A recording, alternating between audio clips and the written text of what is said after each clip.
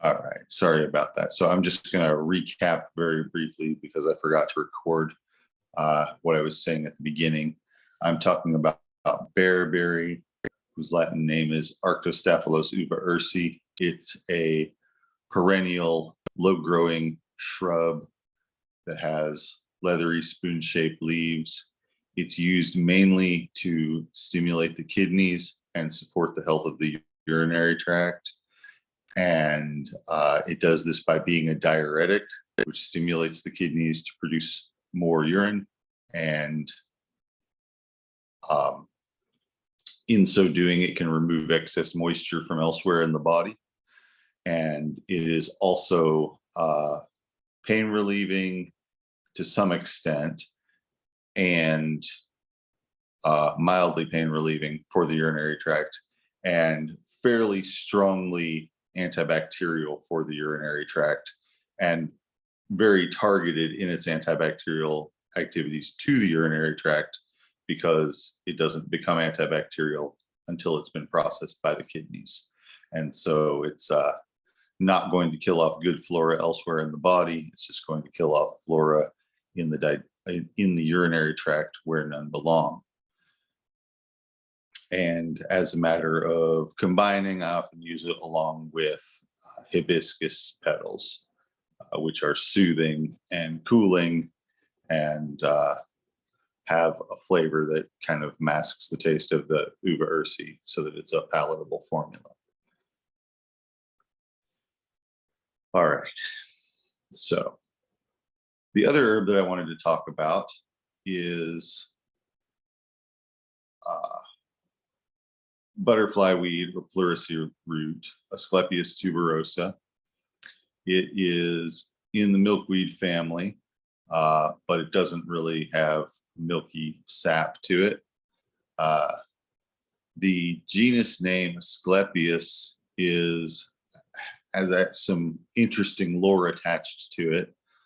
It's the name of a minor god in Greek mythology who is the son of the god Apollo, who is the sun god, but also the physician, and a nymph. And Asclepius's mother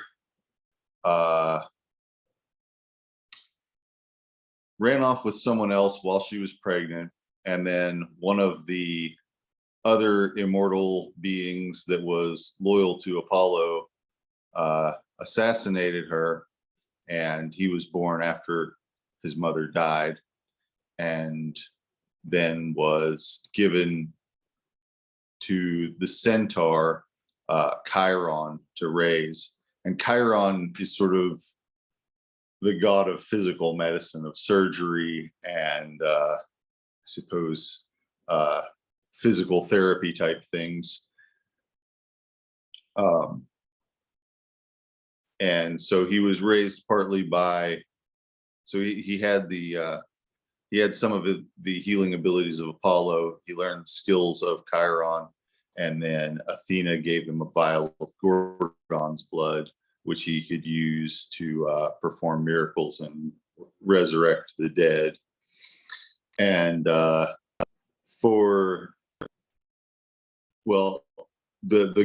the other gods, he was kind of not entirely a god because he was half nymph, half god. But so he was an immortal, but his category is a little bit ambiguous.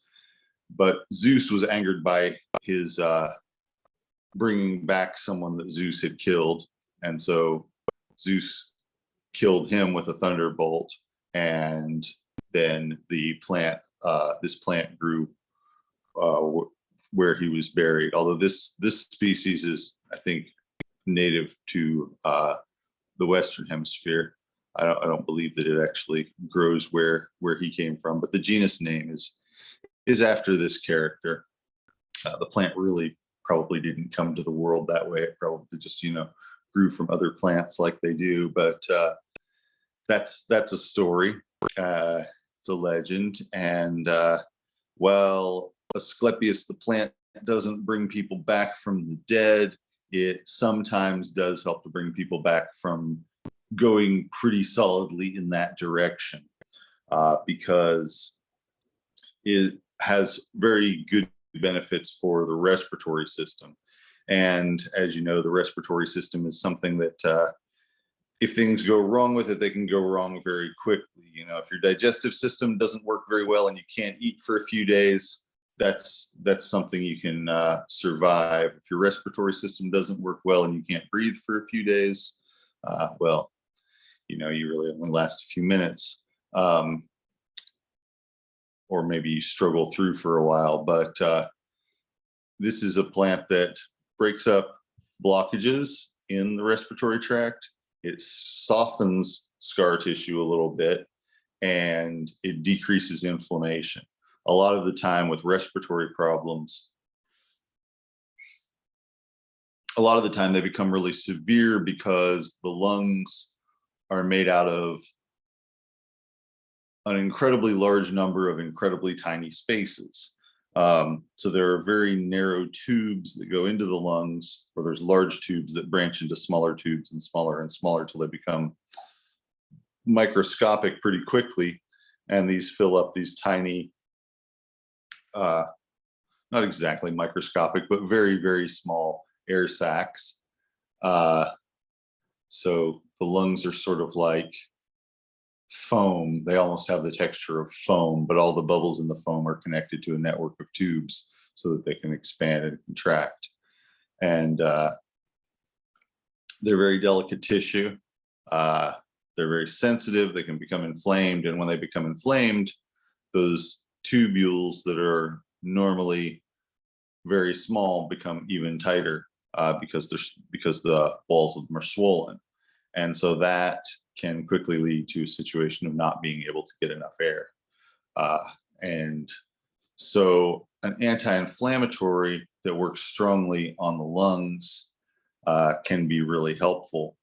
And there are a lot of different strategies for reducing inflammation in the lungs, but the two that are mainly present in pleurisy root, I usually call it butterfly weed, but the root is the part that's used. It has the name pleurisy in it, which people think of that as being like a specific lung situation where the lubrication around the lungs is not so good, and it's kind of like hard to breathe because of that. And it helps with that should that situation arise, but it helps with a lot of other things too.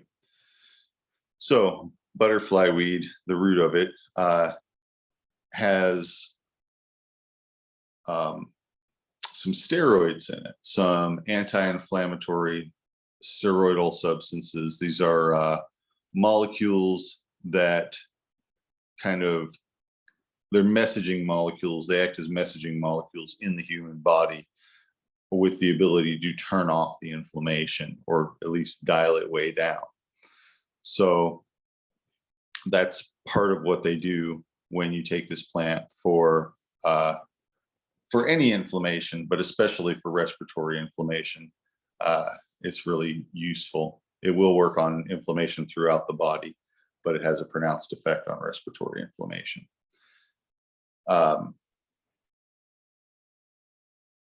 So the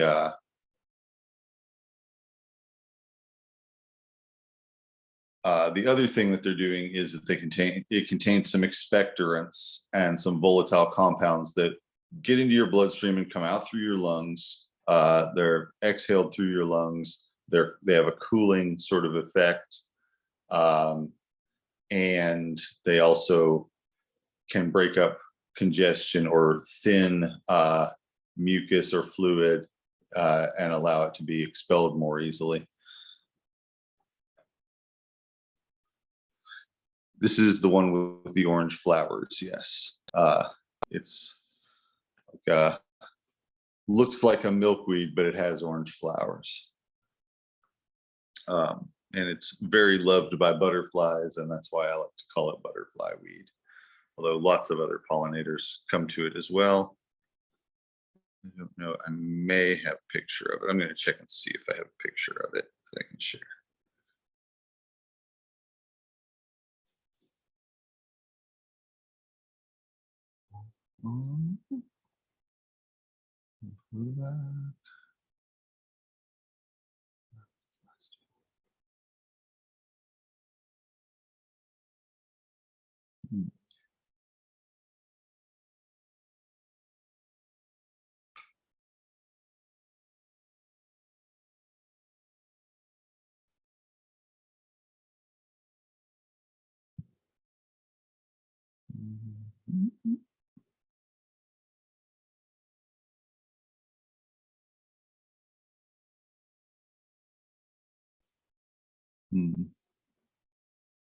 No, I don't seem to. Oh, well, yeah, it has a sort of cluster of orange flowers on it. And yeah, the root's the main part that's used though. And the root is kind of aromatic. It has a nice, pleasant smell to it. It's earthy. The flavor is bitter and aromatic. I don't know how to describe the aromatic part of it. It's kind of different, a little bit different than anything else, but slightly resiny maybe. And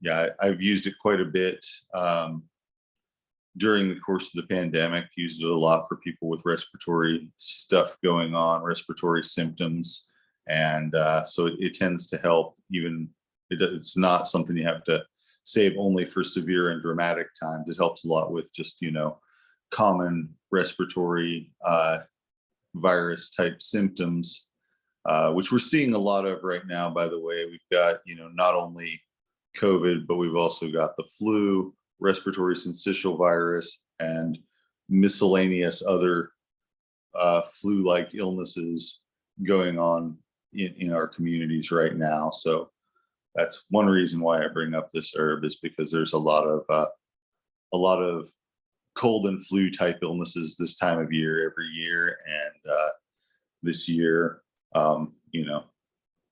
this year we have COVID, which we don't always have, and we have well, there's always RSV, but there seems to be more of it this year, and nobody really knows why. But some years are just worse than others. And it's a worse than average year for that. So good to be aware of these sorts of things that are going around in the community, and try to be prepared for them should you be called upon to help someone who's experiencing any of that.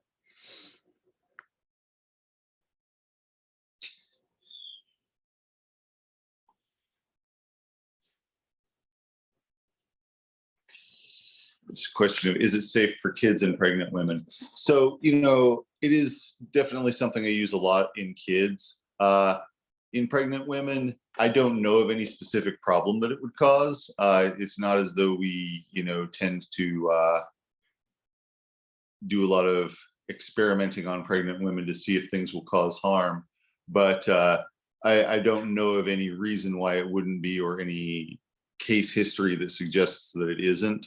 But it is kind of a little bit of a strongish herb. So a lot of the time, if someone were a child or a pregnant woman or a baby, I might not use this first. I might use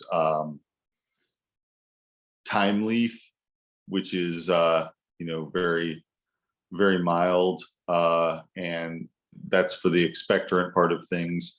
And I might use trillium or wild yam for the anti-inflammatory part, because those do have quite a bit more specific history of use in pregnancy, and so we know a bit better what to expect of them in that scenario. Although, like I said, as far as I know, there is really no reason to believe that it's not safe. But sometimes, in a person who is in a more delicate condition, whether it was a pregnant person or an old person or a very young person, I might do things a little differently. I might try milder herbs first.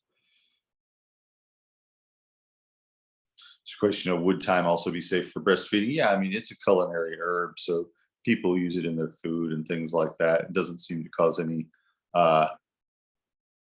like garlic, for instance, can cause stomach upset. Thyme doesn't appear to do anything like that. If anything, kind of the opposite. So yeah, they're pretty much pretty good for that. Culinary herbs in general, I mean, are very safe for that type of situation.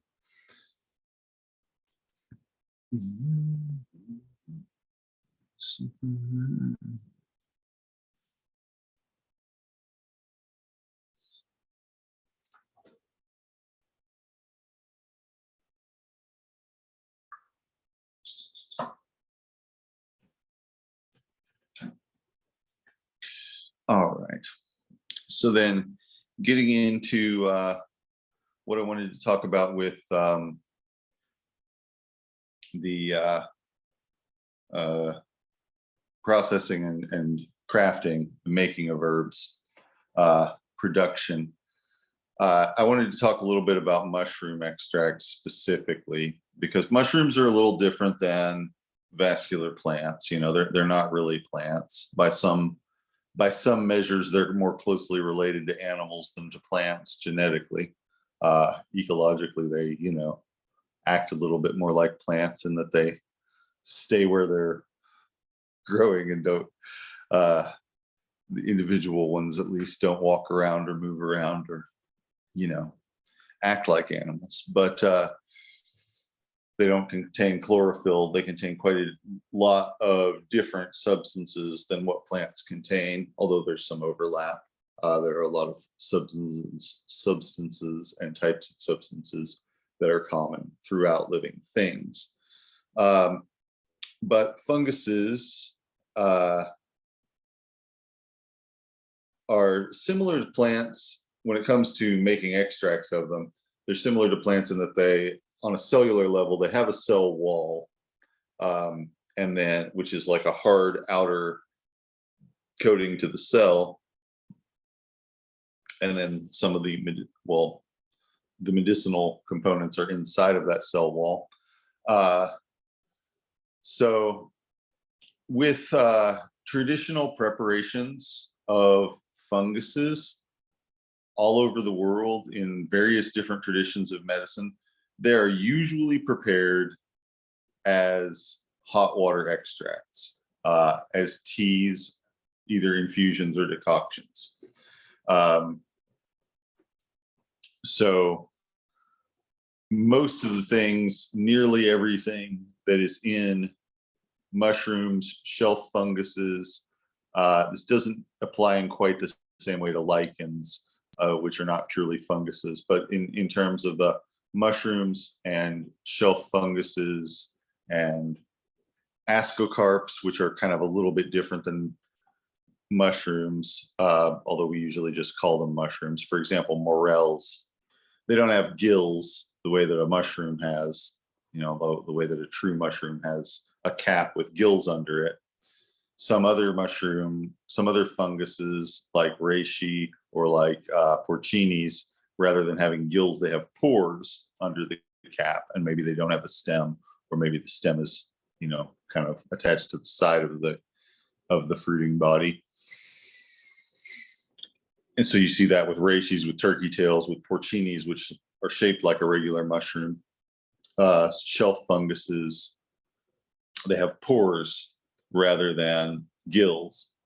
An ascocarp has like bowl-like indentations. So this would include things like elf cup, which is a red cup-shaped fungus, and various other cup fungi, and also morels, which have, I don't know if you've seen a morel, but the cap is shaped sort of like a raisin. It has all these bowl-shaped indentations in it, and that's where the spores form. That's the sporing surface. So that's an ascocarp. So there are different setups, different shapes that different fungi have, but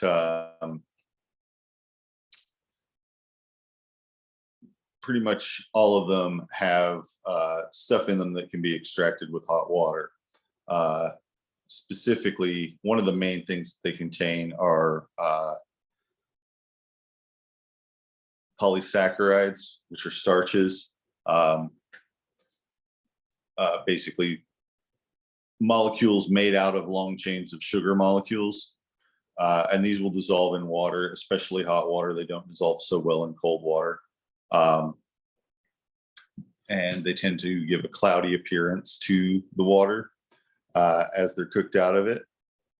A lot of mushrooms will also, actually have a dark color to the liquid that comes out of them.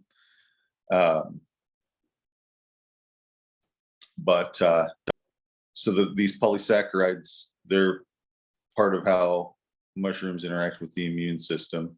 They get absorbed in the first part of the small intestine and then used by the immune cells in your bloodstream for fuel. So they can increase the activity of the white cells that eat germs and eat dead cells and things like that, and increase immune function by doing that. A lot of mushrooms also contain alkaloids and acids, which are just, basic large categories of biological substances, but they're also soluble in water. Mushrooms do not tend to contain a lot of oils, whereas plants will contain volatile oils. Mushrooms don't contain much of that sort of thing. Some of them do. Some of them do contain some oil soluble substances, but most of the ones we use medicinally really don't contain much of that sort of thing. So like the smell that's in truffles that gives them their flavor, that'll come out in oil, right? But in most of our medicinal mushrooms, it's the alkaloids and acids and the polysaccharides that are giving them their medicinal properties. And those things mostly come out in water. So if you have a soft mushroom,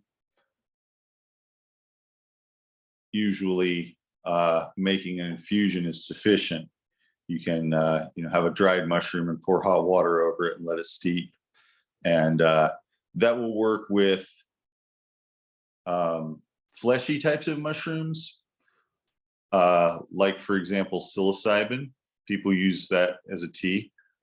It's a familiar one, so I'll bring it up, but it contains some alkaloids that are, psychoactive, and they dissolve readily in water.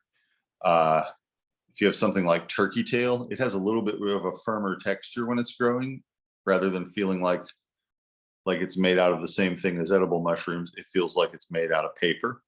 It's just drier, but contains a lot of the same structures. That can also be made into an extract with simply pouring hot water over it, especially if you crush it up into small pieces and pour hot water over it. It'll get the good stuff out of it right away. If you have something harder, like reishi, then you definitely need to make a decoction out of that, simmer it for a while, and cook the stuff out of it. Because if you just pour water over it, it's not going to even penetrate through the tissue of the mushroom very well. So that applies to the Ganodermas, the reishi mushrooms. It also applies to Fomes fomentarius and agaricon, which are other types of shelf funguses. Fomes and Larsifomes are their Latin names. Agaricon and tinderbox fungus are their English names. In more recent decades, the tinderbox fungus has sometimes been marketed under the name of Iceman fungus because it was found on the person of a mummified corpse that was found in the Tyrolean Alps that they nicknamed the Iceman. He was frozen in a glacier from the Neolithic times, and he had a chunk of this with him. He was probably using it to start fires because there were bits of traces of pyrite on it, where maybe someone was striking pieces of pyrite together to make sparks. So it was probably, for him, it was probably part of his toolkit for starting fires, but he may have also used it medicinally. It's used for arthritis. So it's actually it's an immune modulator that tends to downregulate autoimmunity. It tends to decrease autoimmune flare-ups. At least that's what we hope for it to do, and sometimes it works and sometimes not. But most of these mushrooms have some properties for the immune system, and some of them also have properties for the nervous system. So when you look at reishi, a lot of people now are using it as an immune modulating and immune supporting herb. If you look at the traditional uses of reishi in Chinese medicine, especially in the older texts, a lot of the time they're talking about using it to nurture a person's essence, to maybe like change their mindset and their frame of mind, even their personality, to be more enlightened and that sort of thing, which is a very difficult thing to quantify. We don't really have any clinical trials that I'm aware of that measure whether it makes people more enlightened, but the idea that something could, that a mushroom could help someone change their mind is not that far-fetched at all in my experience. So reishi is perhaps psychoactive in a very subtle way, and that's more to do with its traditional uses than the immune supporting stuff, although it is also used in some traditional formulas for supporting the immune system.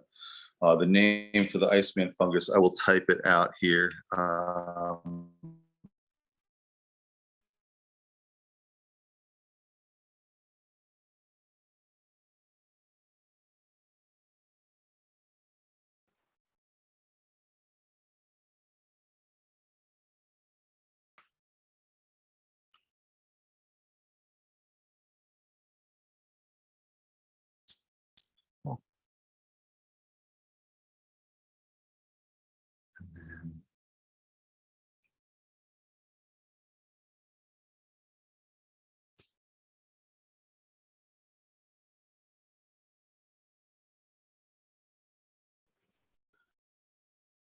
And Larsifomes is a very similar mushroom, but it's larger and it grows on larches, and so that's why it's got that Larsifomes. It's like fomies, but on larches.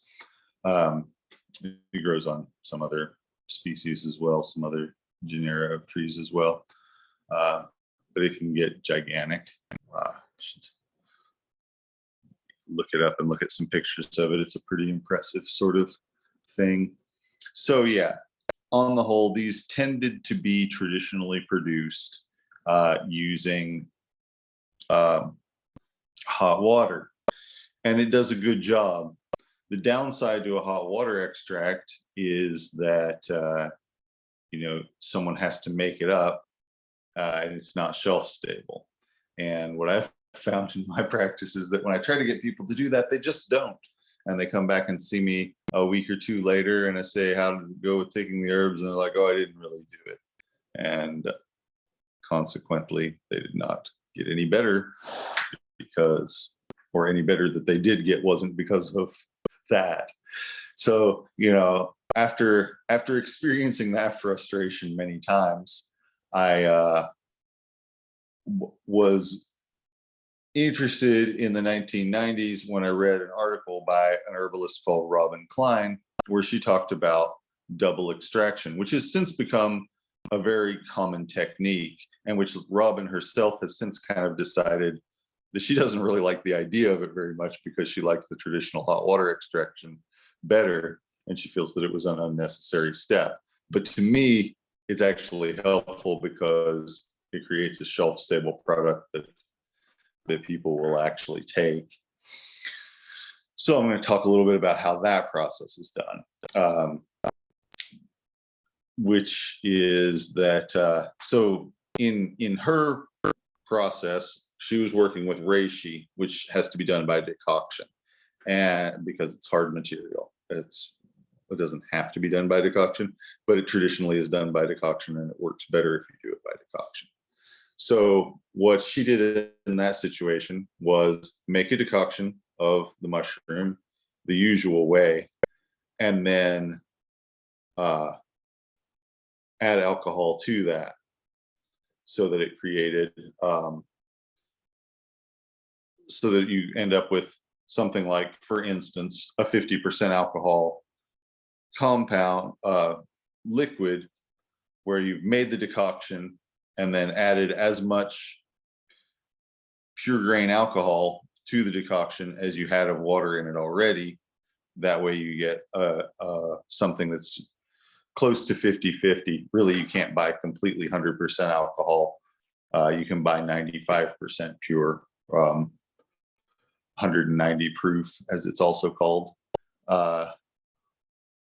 because alcohol absorbs some water from the atmosphere, and doesn't stay pure after it's been distilled. But so in that situation, you're creating something shelf stable because it's got a lot of alcohol in it, and it's got the traditionally made decoction as well. And I think her idea at the time was that the alcohol would be taking additional things out of the mushroom that that the hot water didn't.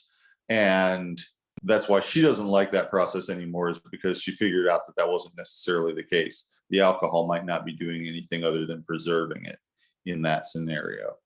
To me, that's not such a bad thing, because I like to be able to give people a compound or a liquid that they will actually, take home and have ready to use, and for it to be easy to use. Another way that people have gone about, well, with reishi specifically, is to make the decoction and then dry it.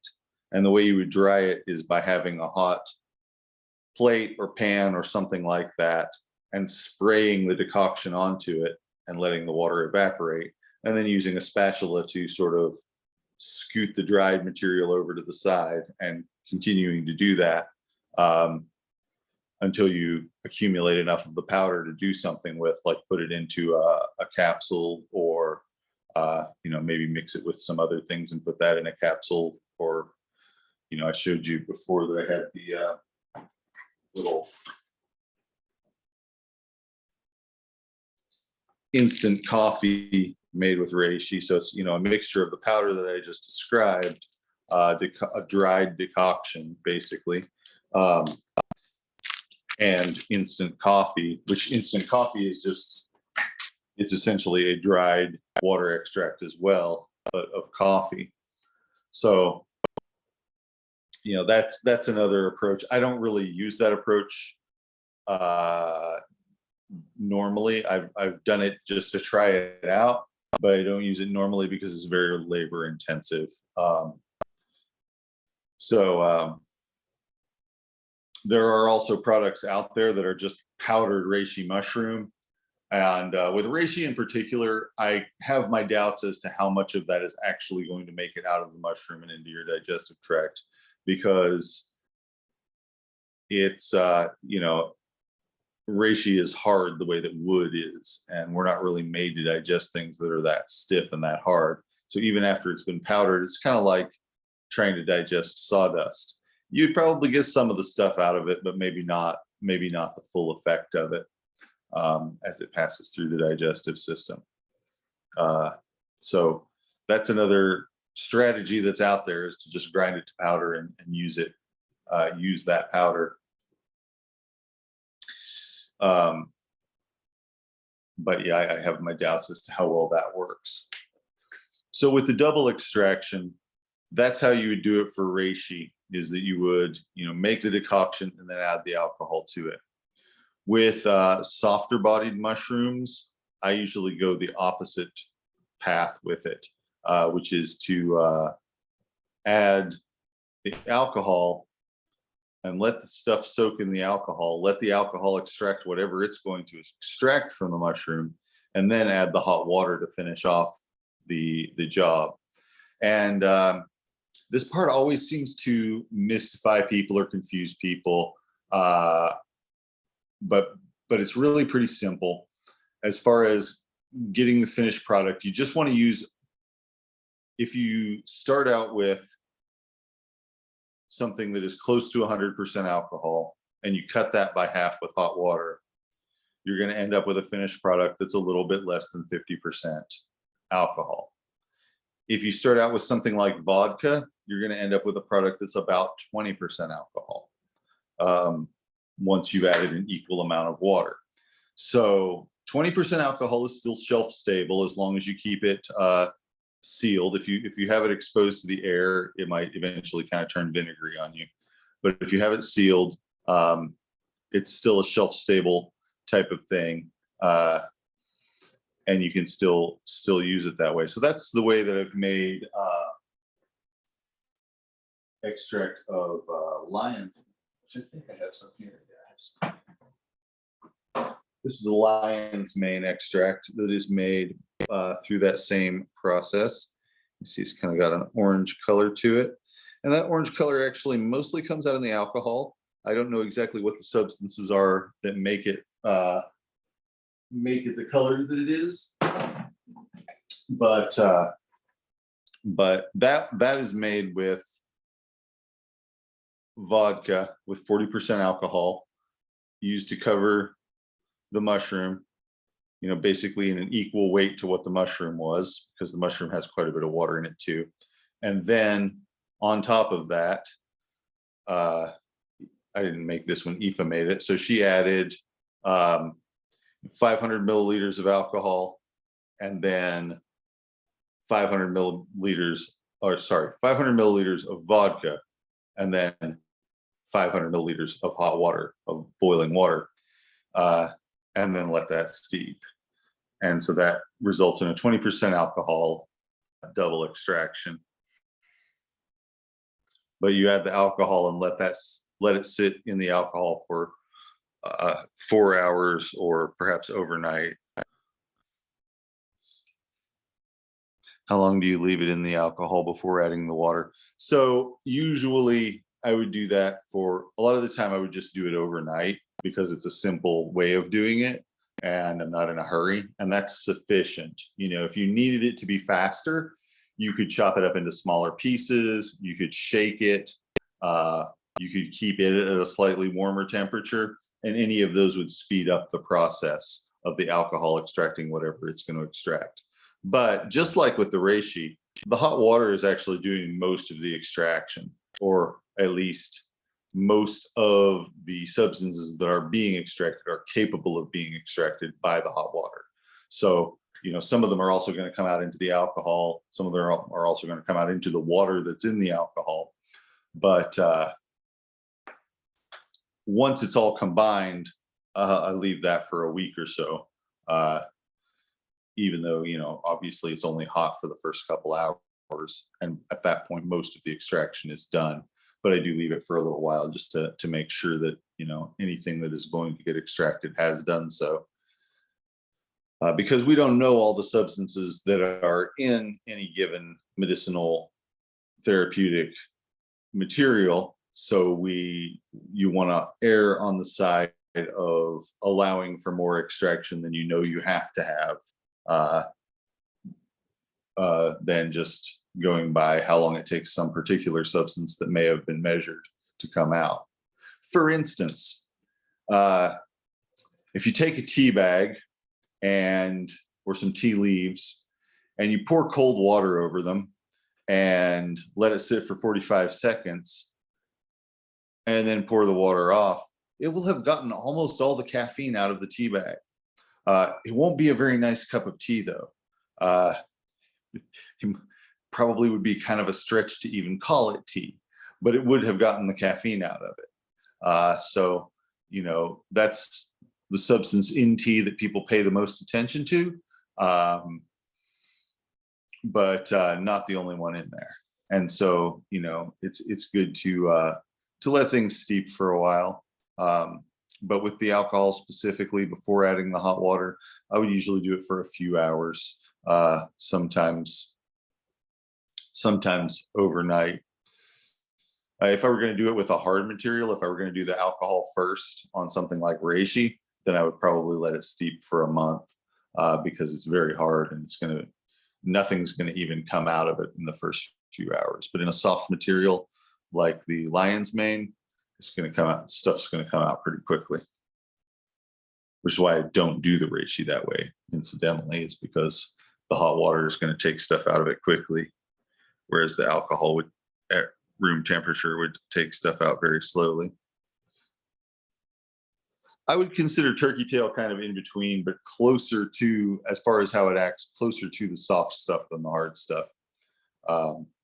Turkey tail has a fairly similar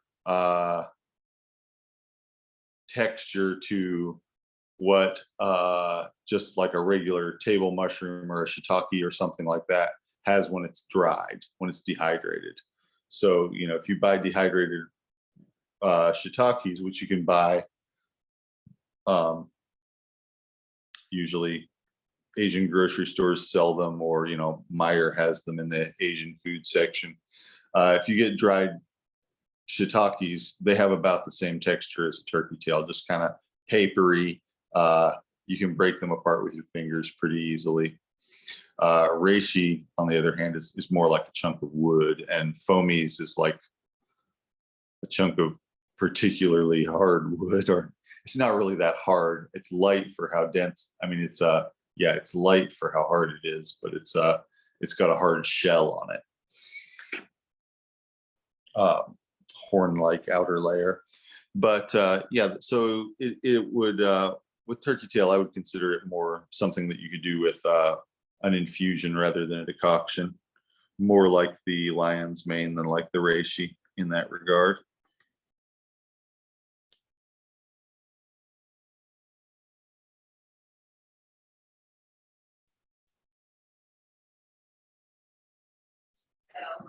Hey, Andrew. I have a question in the chat about reishi. Sorry for the noise. I'm at my kids' karate. If you don't mind. Okay, how long would you decoct the dried reishi, and about how much water per ounce of dried mushroom do you start with? So I usually start with about 2.5 times the weight of the mushroom in water.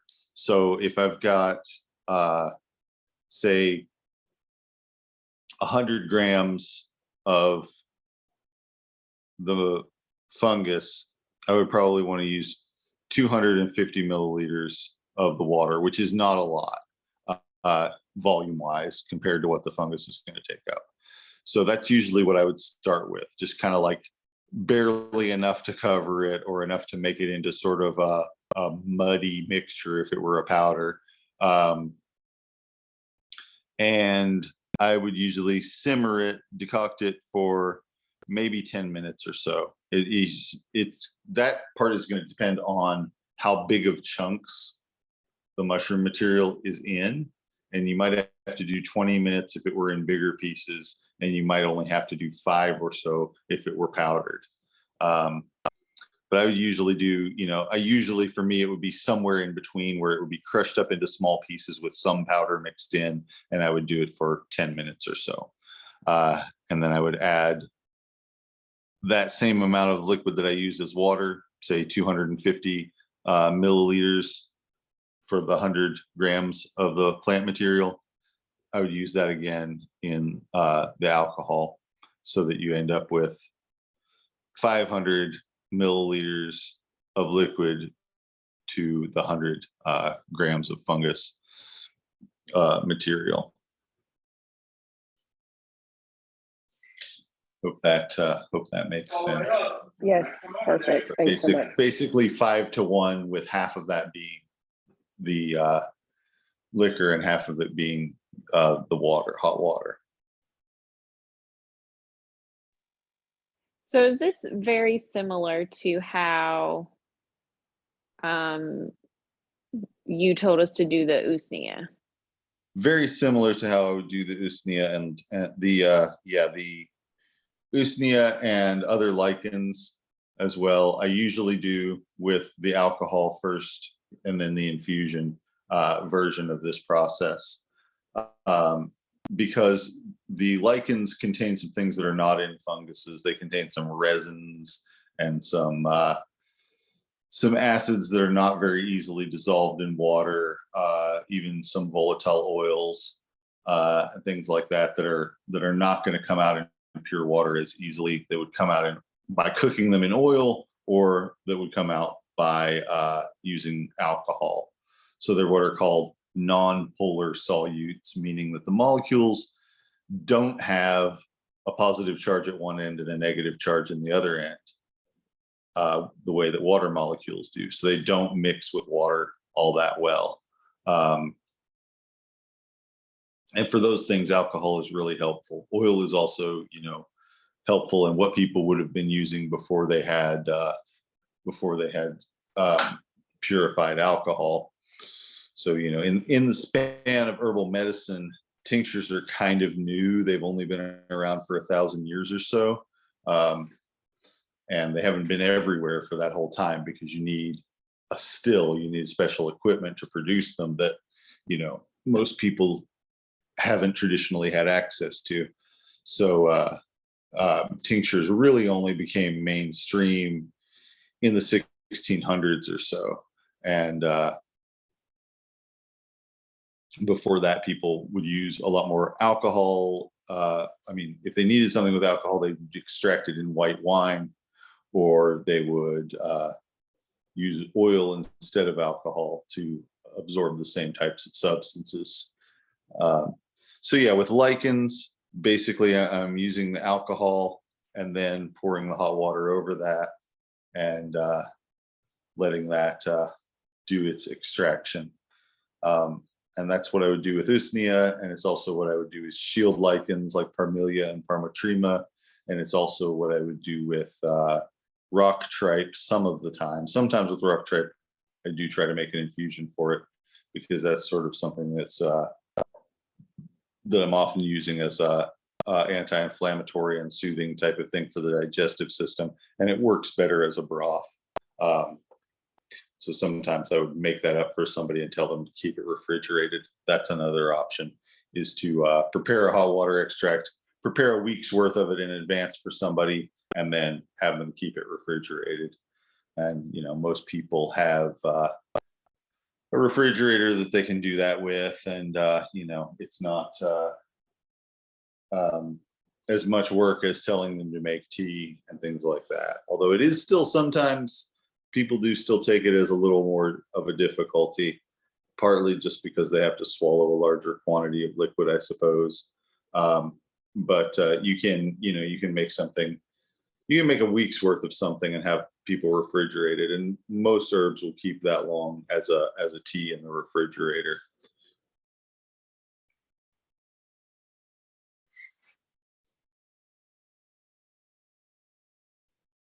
Hang on a moment, I'll be right back.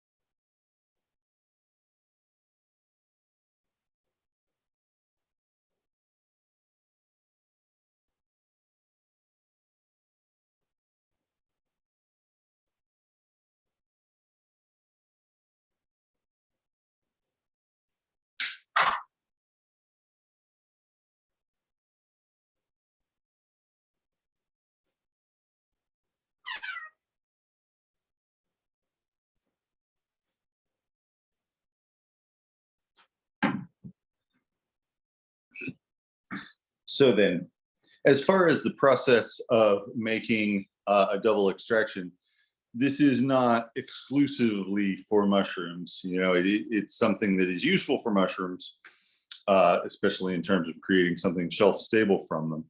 But there are a lot of herbs that this is a pretty reasonable approach with. And a long time ago, before I knew anything about Robin's paper about double extracting reishi, the way that I originally learned to make ginseng was pretty similar, which was not necessarily, it was a different kind of double extraction. We were using honey instead of using alcohol, but it does ferment afterwards and make something with a little bit of alcohol in it if you let it. So the honey is either a preservative in this case, or it turns into alcohol and does some extracting of its own. But I'm going to tell you about this traditional method for preparing ginseng that I learned in Eastern Kentucky, and this is something that's kind of along the same lines. And here's how that works. You get the plant material, and after you've chopped it up, you cook it in water. And the water, the amount of water that you use for ginseng is actually not something that was part of the traditional way of learning this. That there was not any, when I was taught how to do this, I was not shown any specific ratio or anything like that. It was just, you chop up the ginseng roots, you pour water over them, you maybe double that amount of water that's over them, and then you bring that to a boil. Let it simmer for a few minutes, take it off the heat, and then let it sit for 3 days. So in the process of doing this, you started cooking the ginseng, you're cooking the starches out of it, you're also melting the resins that are in it, and they're dispersing into the water. And you're also getting out the saponicides, which are what most people think of as being what makes ginseng what it is. They're kind of the substances in it that are the most unique to it, and that are they're steroids, and they probably account for a lot of ginseng's medicinal properties. Steroids in general decrease inflammation, make people feel more energetic, make people have more appetite, and kind of mask a wide variety of symptoms if they're used as a palliative type of medicine. So so those are frothy things in ginseng. They act like soap. They're called saponicides because they behave like soap. They'll come out in water, they'll dissolve in water, especially warmer water. And if you shake it, you'll get suds. So if you have a ginseng product that's liquid and it doesn't make suds, there's probably not that much ginseng. These saponicides will come out into it, and various other substances that are in the ginseng will come out into the water. And you let that sit for 3 days. So, it's hot for several hours, but it sits for 3 days. And then you add honey to it, and then you cook it down and reduce the volume of it some. And like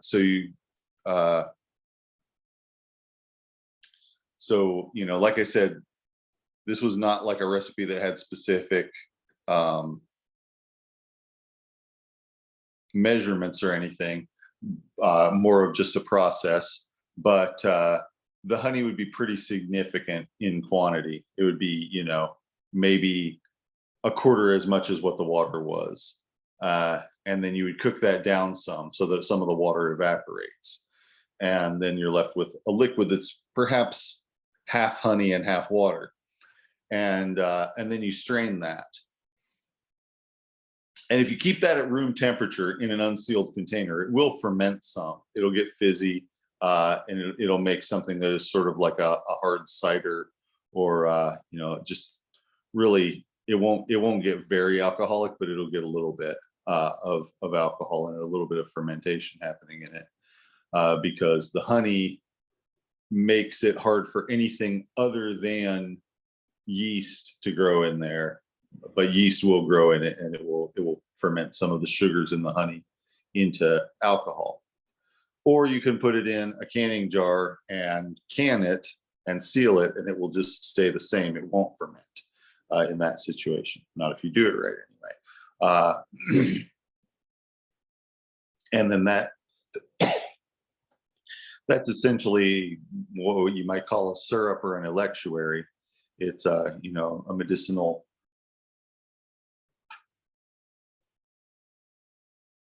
sweet liquid. And that's the form of ginseng that I originally learned to make.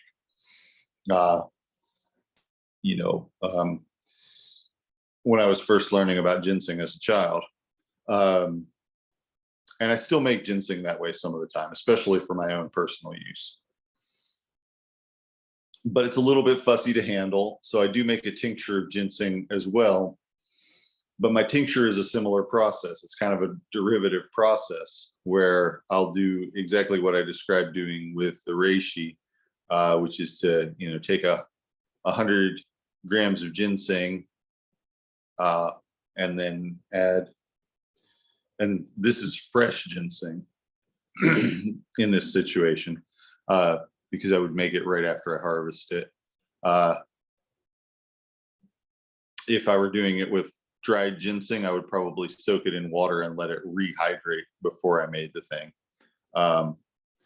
But chop it up, simmer it, let it steep for a while. I don't necessarily do 3 days in this situation. I just kind of do until the liquid is all the way cool, which is several hours.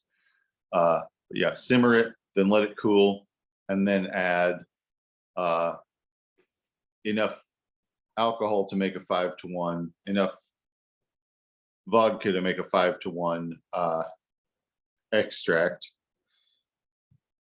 And then I let that steep, because the alcohol is actually going to be helping to remove some stuff from the ginseng that didn't come out in the water, since I didn't let it sit for 3 days. But it might come out a little faster in the alcohol, or a little more completely in the alcohol. But in any case, I let it steep for a month, and then use that as the tincture of ginseng. And that's I consider that to be pretty much a premium product compared to ginseng that is not woods grown and is not necessarily prepared fresh out of the ground. Ginseng does keep for a long time. One time somebody gave me some ginseng that was in a tincture for many years. And it was a very old ginseng root that they had been given as a gift and had no idea what to do with. And they gave it to me years later. But I used that, and it was, it tasted good and worked well and everything. So it does keep for a long time. If you don't strain the tincture, yeah, it is okay to not strain it. As long as there's not air in with it, as long as there's not air coming in contact with the plant material, which will kind of, maybe make it turn sour or something like that. It might make it go bad, but in this case, everything is sealed. It's like having a canned jar. If everything is sealed and there's no bacteria coming in from the outside, no bacteria can really live in a tincture strength alcohol anyway, even at 20%.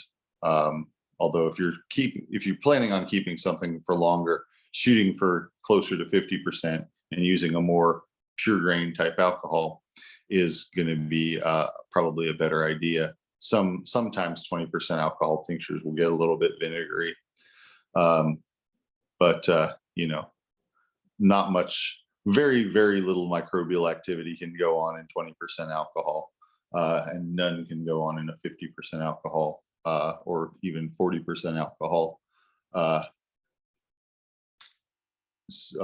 environment. So with that ginseng, that's another form of double extraction. It's fairly similar to the process with the reishi, and in that situation, you've got the alcohol working on things like the resins that don't readily dissolve in water, and then you've got the things that do readily dissolve in water, which includes most of the ginseng compounds, the saponicides and the starches that are in ginseng, and sugars that are in ginseng. All of that dissolves in water, and the alcohol just kind of helps to make the finished product shelf stable. So that is another way of doing an alcohol extract that works with a lot of roots.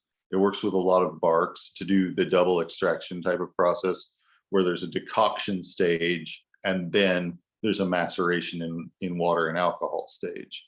You wouldn't want to have a 50% alcohol mixture and be heating that on the stove for three reasons. One is that the alcohol boils at a very low temperature, so it's not going to get all that hot, not nearly as hot as it would if you were just cooking it in water. The other is that alcohol is flammable and is also volatile, meaning a lot of it would cook off pretty easily. So between those things, you don't want to just add the alcohol and water and then make a decoction of it. And if you just add the alcohol and water and just let it macerate and don't do the decoction stage, that's okay, ish. But some substances are going to take a really long time to dissolve at a room temperature. And some substances, like starches, are probably not going to dissolve very well into the liquid at room temperature, even if you let it steep for a very long time. So, with the usnea, the reason I do it with hot water is because the starches that are in the usnea, which make up a lot of the usnea itself, they're never going to come out if you just add 50% alcohol and put some usnea in it. You'll get the usnic acid, you'll get the yellow coloring out of it. You won't get the cloudy, starchy stuff, at least not most of it, even if you let it steep for a very long time. And then when you strain it, you'll still have much of that will still be in the plant material, still be in the lichen material. Whereas if you soak it in the alcohol and then you pour the hot water over it and then you agitate it and then you strain it and squish it out, there's not going to be all that much left for you to throw away. Most of it is going to end up in the liquid. So with roots and barks and things like that, there's going to be a hard cellulosic matrix that's not going to dissolve in the water at all. So there's still be, the bark or the roots to throw away after it's all been used, but there's a lot of stuff in it that actually does come out in hot water that's not going to come out as well in a room temperature extraction of any sort.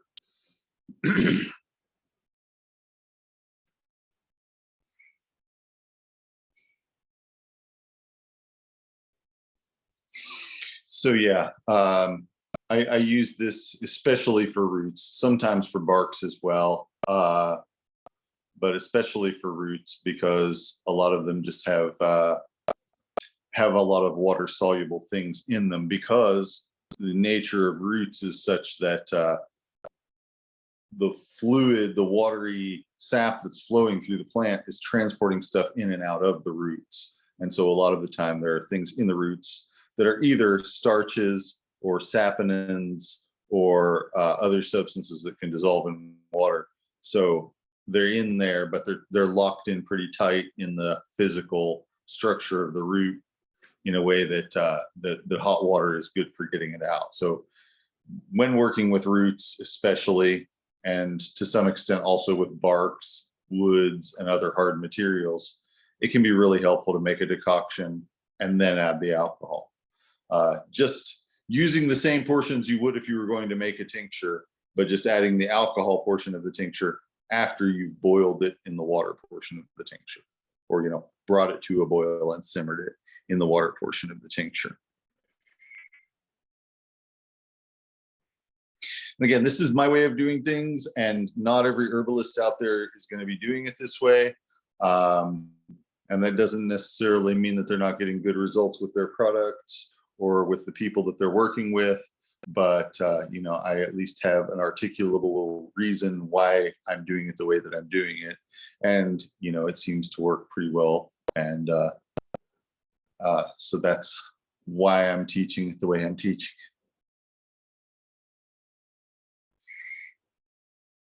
Just a second.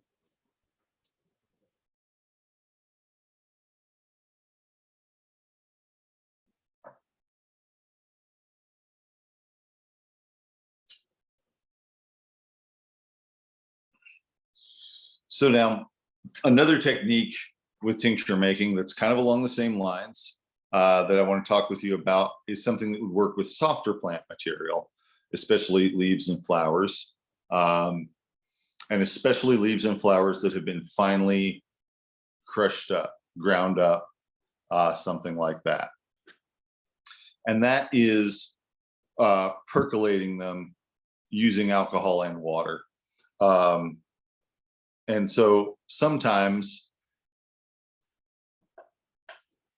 especially if getting the product finished faster is more of a priority than how much time gets spent making it,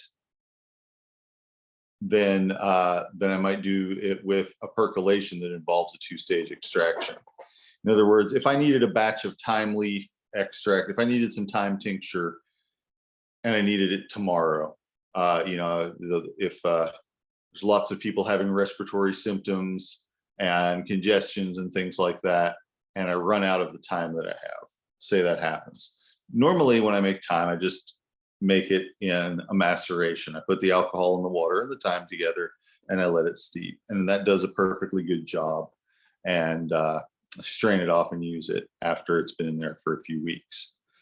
But if I needed it fast and I didn't want to compromise on quality, but I wanted it to get done faster and I wasn't as concerned of it taking me longer of actual prep time to make this, or, taking Aoife more prep time, since I would probably have her do it.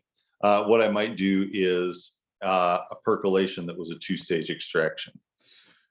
In this situation, I would have the alcohol portion of what I was going to use and the water portion of what I was going to use, and I would use them separately. So for instance, usually what I would do with this is I'd powder the thyme and then I would get it wet, just with a little bit of water, a little bit of the water. So I would have everything measured out of, this is the water I'm going to use, this is the alcohol I'm going to use, and this is the plant material I'm going to use. So I would use just enough of the water to get it wet, and then I would let that soak into the plant material for a few minutes, and then I would put the plant material into a funnel with a filter in it. Usually what I would be using would be a strainer that's made out of screen with a coffee filter in it, or a piece of a couple layers of cheesecloth in it. And then I would pour the alcohol through it. So it's already wet, so the alcohol is not going to go right through. I'm just going to slowly pour it on and let it push the water that's already soaked into the plant material out, and run the alcohol through the plant material. And that's going to take some of the substances out of it. And a lot of the time I'll pour it through and then collect what's been poured through and pour it through again. So run it through a couple of times. And then I'll do the same with the water portion, except I'll have the water heated and pour that through a couple times. And it'll, once it's poured through once, it'll be mixing with the alcohol. You could do it so that you keep them separate, but I never do. So you pour the hot water through and it's mixing with the alcohol that's already been poured through. And then you pour that through a couple of times. And each time it passes through, it's taking more of the substances from the plant material with it. And so it's actually possible to make a pretty decent tincture in a very short amount of time, less than an hour, instead of waiting a month for it to be finished. And this is how a lot of commercial tinctures are made, is by percolation, because it's much faster. It's not 100% as good. I think that there are some subtle things that come out more slowly from the plant material when it's worked with slowly, but that's really kind of like, but it is subtle. It is a subtle difference. It's not a massive difference. So it's possible with that process to, get some tincture finished more quickly.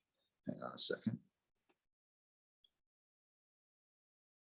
Yeah, the 5-to-1 ratio is still good for this. It doesn't have to be, that's not set in stone, but it's a reasonable ratio. And if you're doing 5-to-1, the nice thing about 5-to-1 is it's like, if you do that every time, you're getting the same product every time, and the consistency is perhaps more important than the fact that you do it the same way every time and that you have a reproducible product so that you can have a reproducible clinical result is more important than exactly what the ratio is. So I use 5-to-1, and a lot of people use 5-to-1. And it's a pretty reasonable ratio that gets the job done.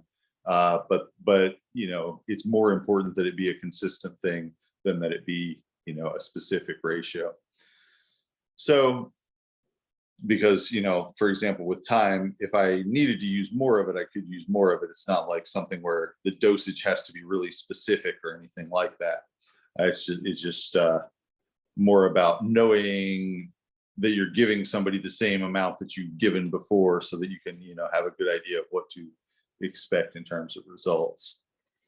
So yeah, 5-to-1 is pretty good. 5-to-1 as far as plant material to liquid is pretty good, or liquid to plant material rather, is a pretty good rule of thumb. So yeah, I hope that is clear what I'm saying. I did this one time here with the Artemisia, where I was making the percolation here. So it's essentially a similar process, but percolating the alcohol through first and letting that get the substances that it's going to get, and also make other substances more soluble, because there are certain things in some plants, like tarry, sticky stuff, doesn't dissolve well in water. But once it's had alcohol put on it, and then the water comes along, it does dissolve well in the water, because the alcohol permeates it and makes it more water soluble. So that's something, like I said, that is especially good with leaves and flowers, especially soft plant material.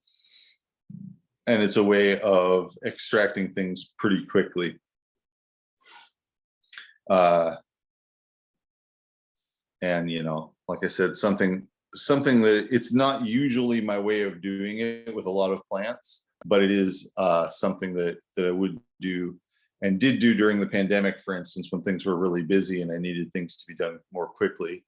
I did have it done that way a lot of the time, because I was going through, rather than just having, the lemon balm from my garden be sufficient for, a year's worth of treating people. I was having to get bigger batches of it and make, multiple gallons at a time, and then running out of that a week later and things like that. And it was really a scale that I was not used to working on, as far as, the number of people that I was seeing in a week, which normally in the clinic, I like to see 5 people a day. And during the busiest time in 2020, there were days where that was more like 50 people, in terms of, just giving them medicine, talking to them on the phone, and then having them come pick up medicine, things like that. It wasn't like they were all coming in and sitting down for a consult or whatever. They were just, letting me know that they needed things, that they wanted something for themselves and their several family members and stuff like that. So going through things much more quickly than I normally would in my usual practice. And fortunately, that sort of thing doesn't happen very often, but it's good to have the tools to have that ability, the skills to have the ability to deal with that sort of thing. And, sometimes something might take you by surprise if it's just, not even necessarily doing a clinical practice on a large scale, but maybe you need some medicine and you didn't know you were going to need it until somebody got sick, and it wouldn't do any good to wait for a month, maybe, but you can have it for them in a few hours. So that's, good to know how to good to know how to rush things if you need to rush things. I have a question about this method. Yeah. When you're percolating the alcohol through it, are you using like vodka, or are you using the pure grain alcohol so that when you're mixing it with the water, you end up with a 50% alcohol product? Personally, I'm usually doing something more like vodka, or that's like 40% alcohol or so, and ending up with a finished product that's 20% alcohol, rather than doing it with pure grain and ending up with a product that's a little less than 50%. But it would be the same either way. You could do it the same either way. The difference would be mostly about what you ended up with as how much alcohol ended up being in the finished product, which for me, I use a lower alcohol concentration than most other herbalists, because that's what I find that people that I'm giving it to find acceptable. I originally did mostly start out with something like a pure grain alcohol and get down to something like a 50% alcohol finished product. But now I mostly do something like vodka for half of it and water for half of it, and end up with something that's about 20%. But it'd be a similar process either way.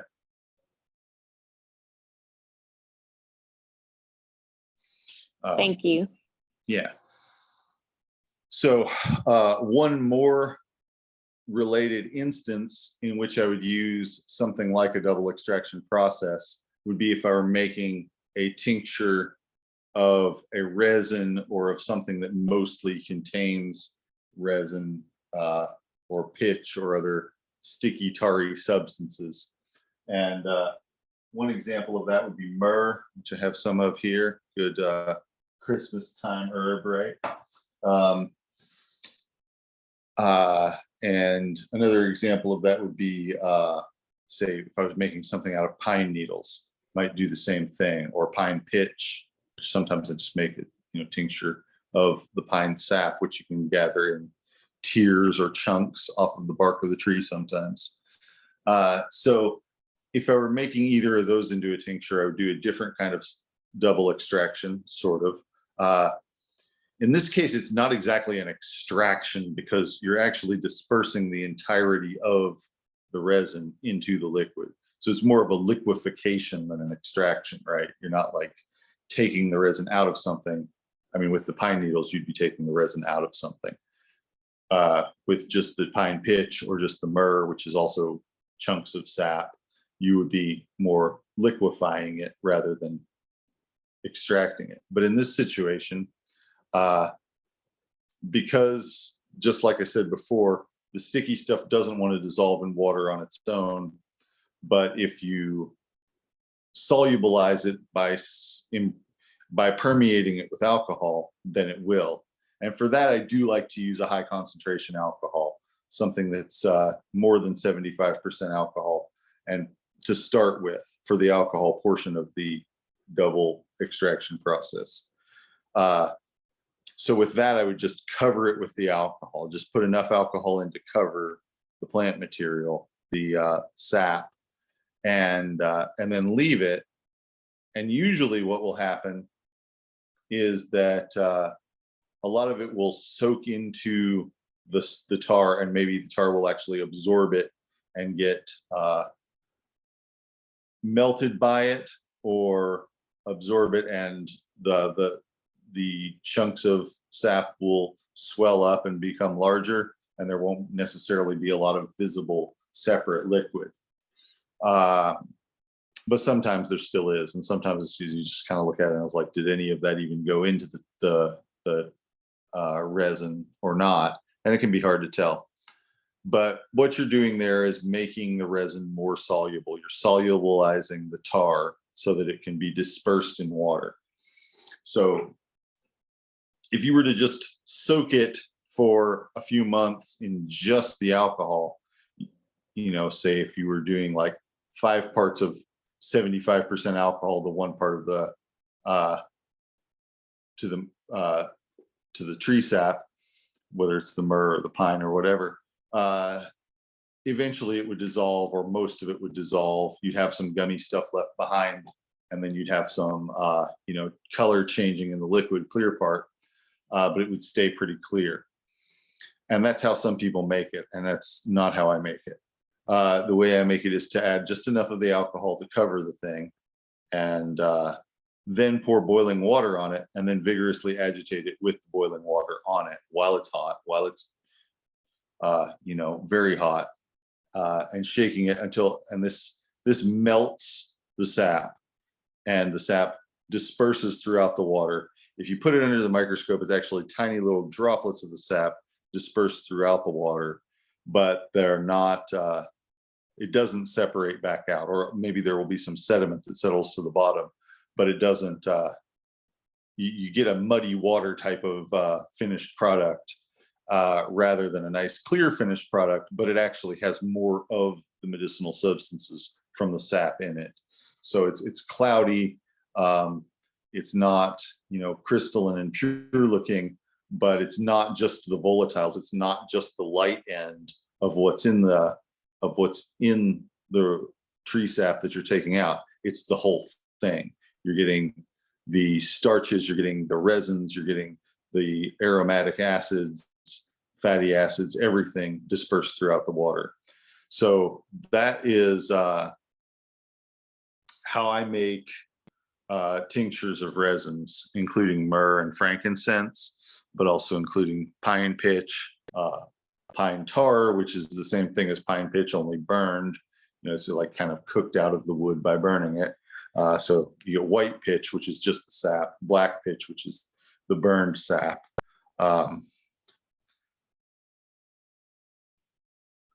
If you want to get 70% alcohol, you have to get pure grain alcohol and dilute it from there. There isn't really much in the way of, like with whiskeys and vodkas and rum and things like that, 50% is the highest that you would be likely to find. If you get rum or vodka that's 50% alcohol and you mix that half and half with something like Everclear, you'll be right around 70%.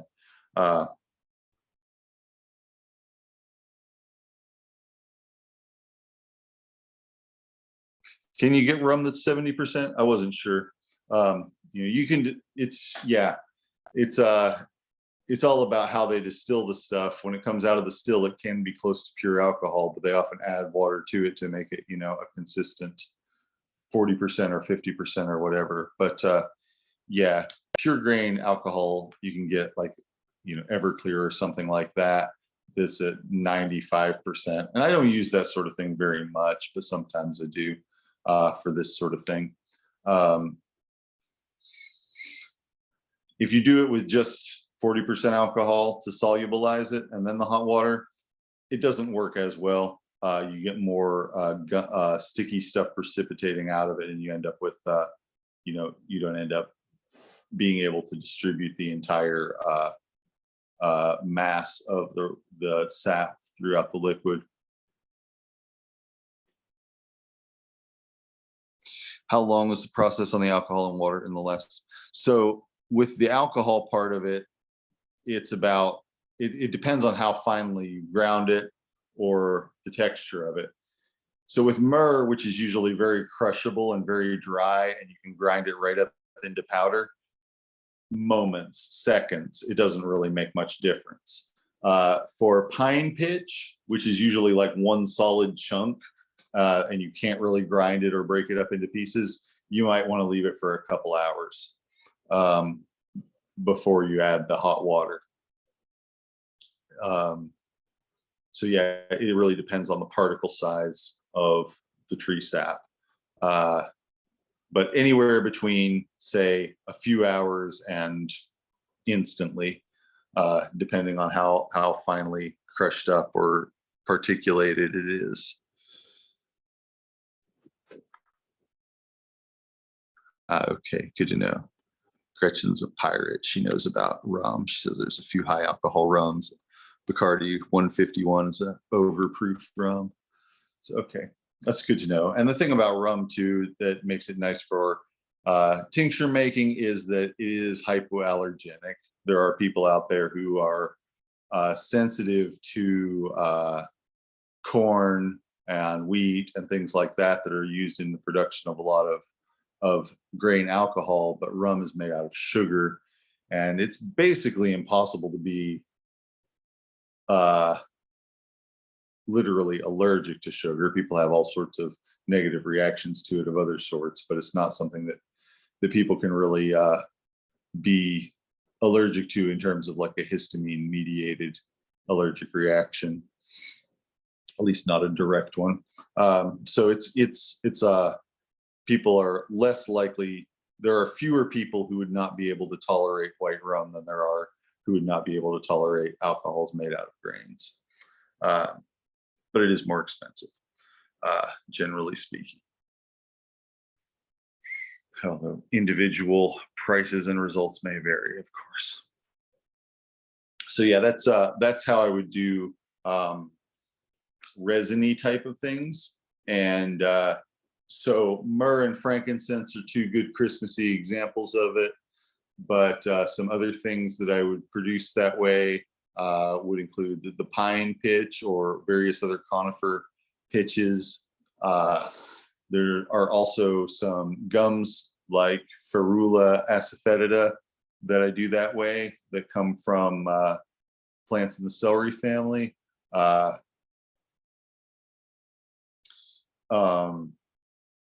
Cannabis resin can be done that way, the same process if you're working with that. So yeah, just basically any kind of sticky, tarry substances, that kind of solubilizing and then dispersing. And the dispersing part of it, after you've added the hot water to it, you usually want to agitate it quite a bit. This could be stirring it, could be shaking it. Either way, you're getting the hot water. You're making sure that you don't just end up with a clump of mud at the bottom of it, but getting the whole thing mixed through so the whole, all of the resin gets melted into all of the liquid. And you should end up with a somewhat sticky but entirely liquid finished product. And there'll be bits of bark and stuff that's included in the resin that floats to the top or sinks to the bottom, depending on its particular density. But the resin itself should get pretty completely distributed through the liquid. I would say that with frankincense right now, it's pretty hard to get ethically harvested frankincense that's actual, that's real, that is the plant that has historically usually been referred to as frankincense, which is Boswellia sacra or Boswellia, Boswellia sacra. There's also there's an Indian variety of frankincense that's more common and pretty useful, pretty good, similar stuff as far as medicinally. There's also, fake stuff out there that's being passed off as frankincense, but is, adulterated or isn't frankincense at all. Maybe gums mixed with artificial fragrances and things like that. So there is a sort of fake or unethical frankincense trade out there. I haven't been harvesting, or I haven't been processing very much frankincense in recent years because of that, and because I'm not as sure of where to get it from. I think I told the story before that I had for years been getting it from a family in Yemen, but then when the civil war in Yemen started, I lost touch with them, and that's been quite a long time now, and I was never able to get a hold of them again. There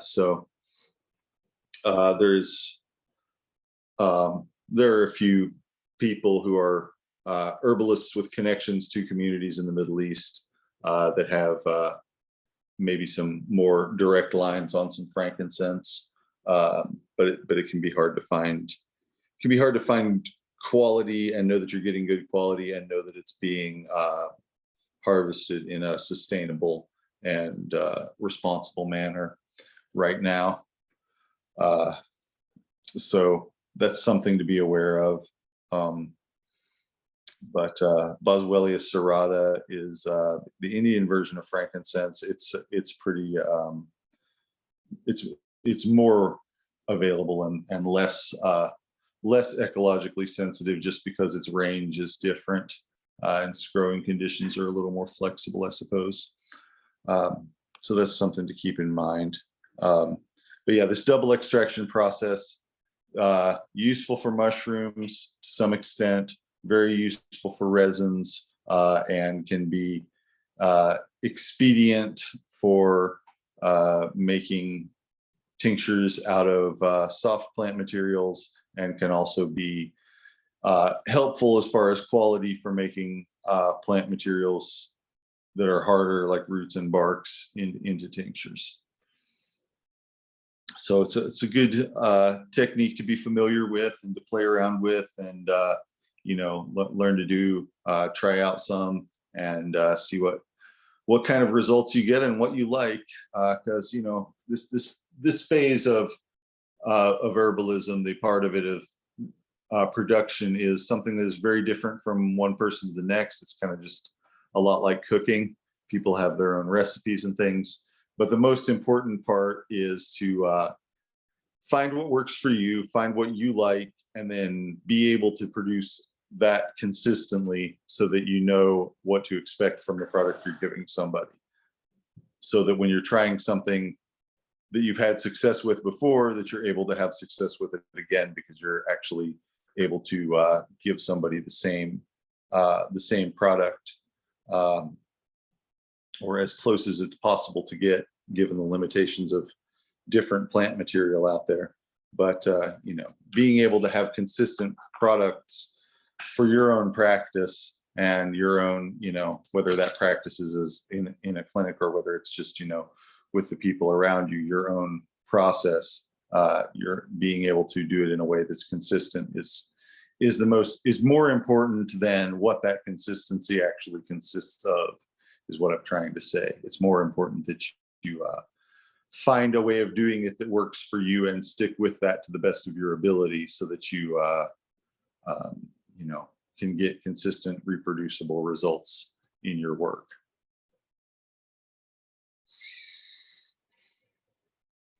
Any questions about any of that?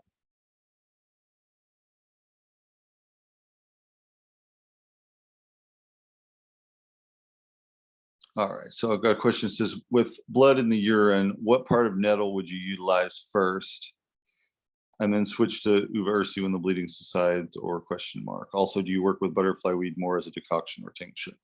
So yes, I would use nettle leaf,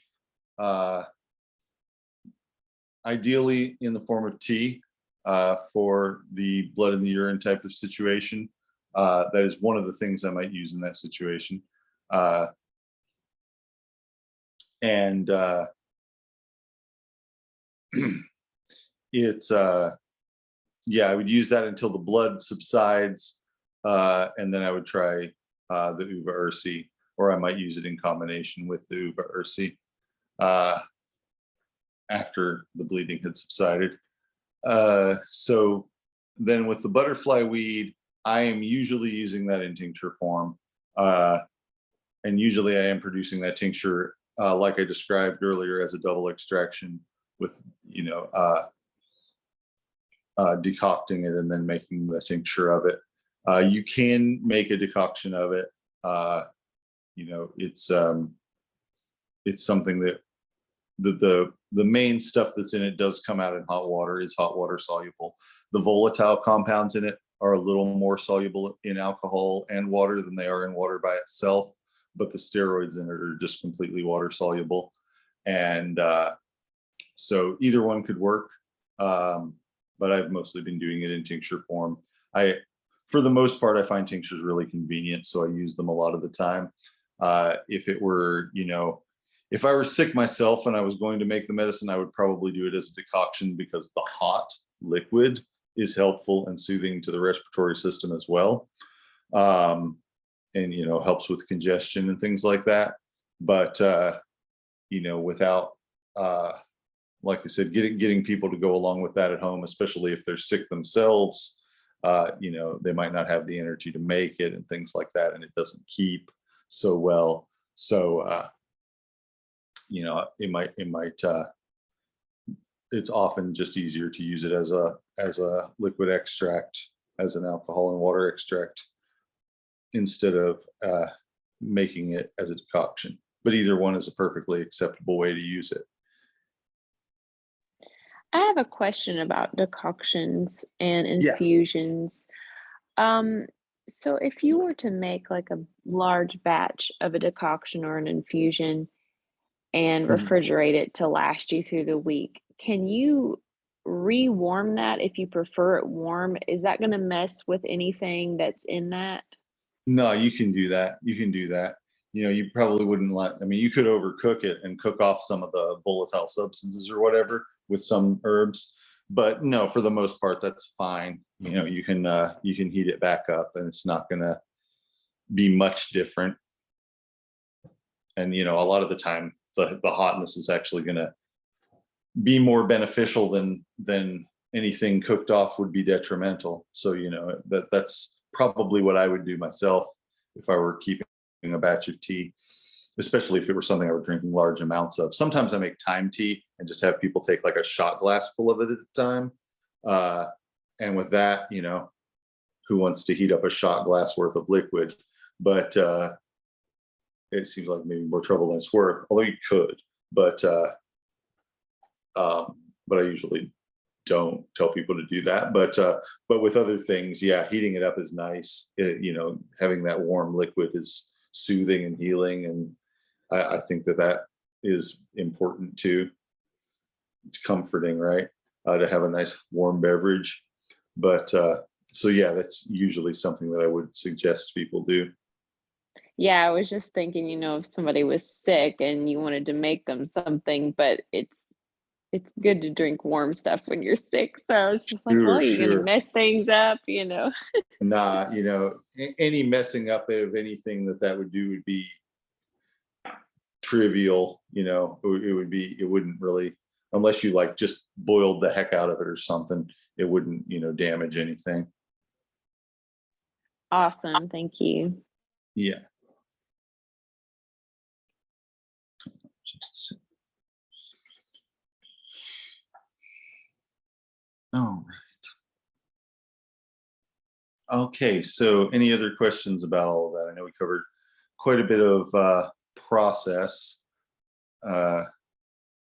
today. So if anybody, you know, is trying this out throughout the week, which I very much encourage everybody to do, if you run into any questions, feel free to text me.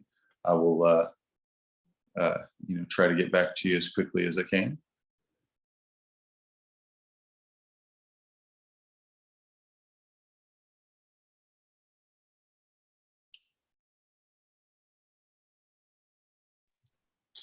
All right. Well, thank you for coming, everybody. And I will talk to you again next week, if not sooner.